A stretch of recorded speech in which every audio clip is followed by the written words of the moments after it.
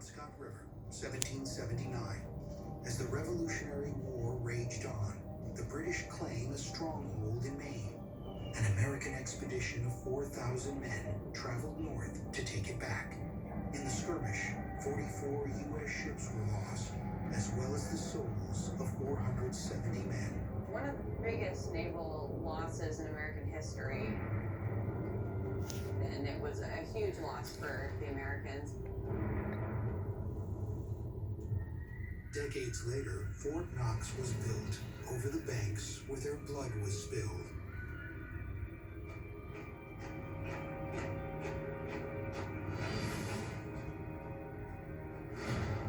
A lot of people, when they hear Fort Knox, they think of the fort with all the gold, but this is actually the original Fort Knox, named after George Washington's Secretary of War.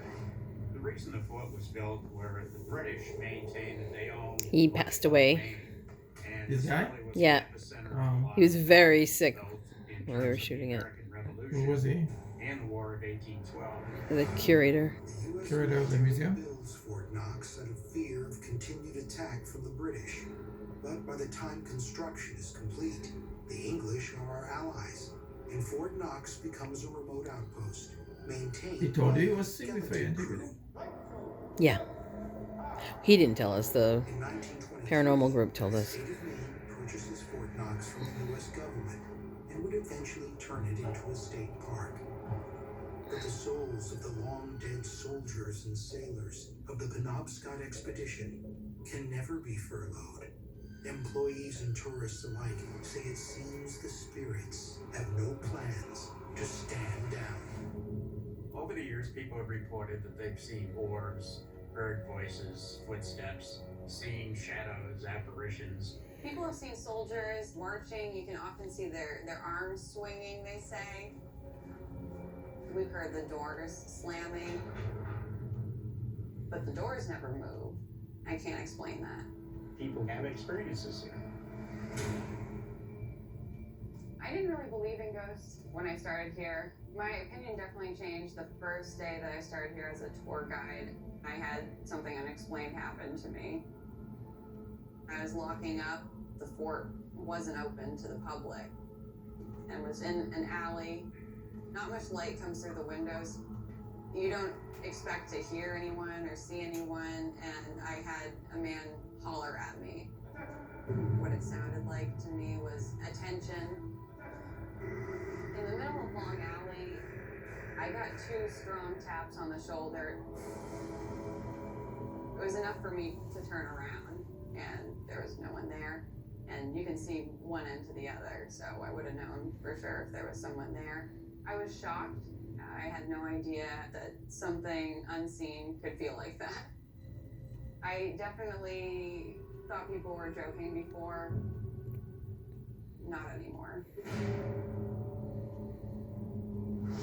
While some report the voices of long-dead soldiers echoing through the alleyways, others have encountered something much more menacing. It was an overcast day when I was here and just checking out the fort. I walked into the officers' quarters, sat down on a bench. I had my attention brought to the right-hand side of me. I noticed that there was a soldier standing right in front of me with his head dressed with a wound. When he approached me, he got in my face, tilting his head back and forth, raising his hands intimidatingly, as if to say he didn't want me here. I felt unsettled, and then he just dissipated. I feel like he wanted my attention just to let me know he needed me to leave.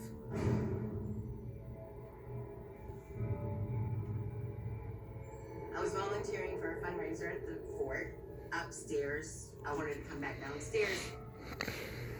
When I put my foot where I thought was another step in the platform was actually a stair.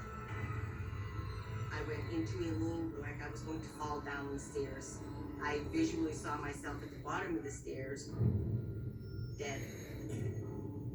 As soon as I thought that, I was thrown. Someone, something pushed me and pinned me to the wall. And I was held there. I could actually feel pressure, like somebody had their arms around me to stop. I was petrified. When my fear went to pain, because it was painful, I was released. If I had gone down, I know I would have died. I just know. I know what I saw at the bottom of the stairs before I get pinned. It was me dead. For over 150 years, in peace and in war, Fort Knox has stood watch above the mighty Penobscot River.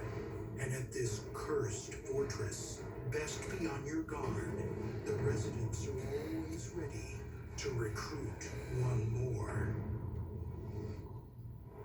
From a pharmacy with a prescription for death to a tattoo parlor where a sinister shadow has left its dark mark, we've finished our journey to America's most cursed towns. So next time you visit one of these macabre municipalities, make sure you pack for what could be a very long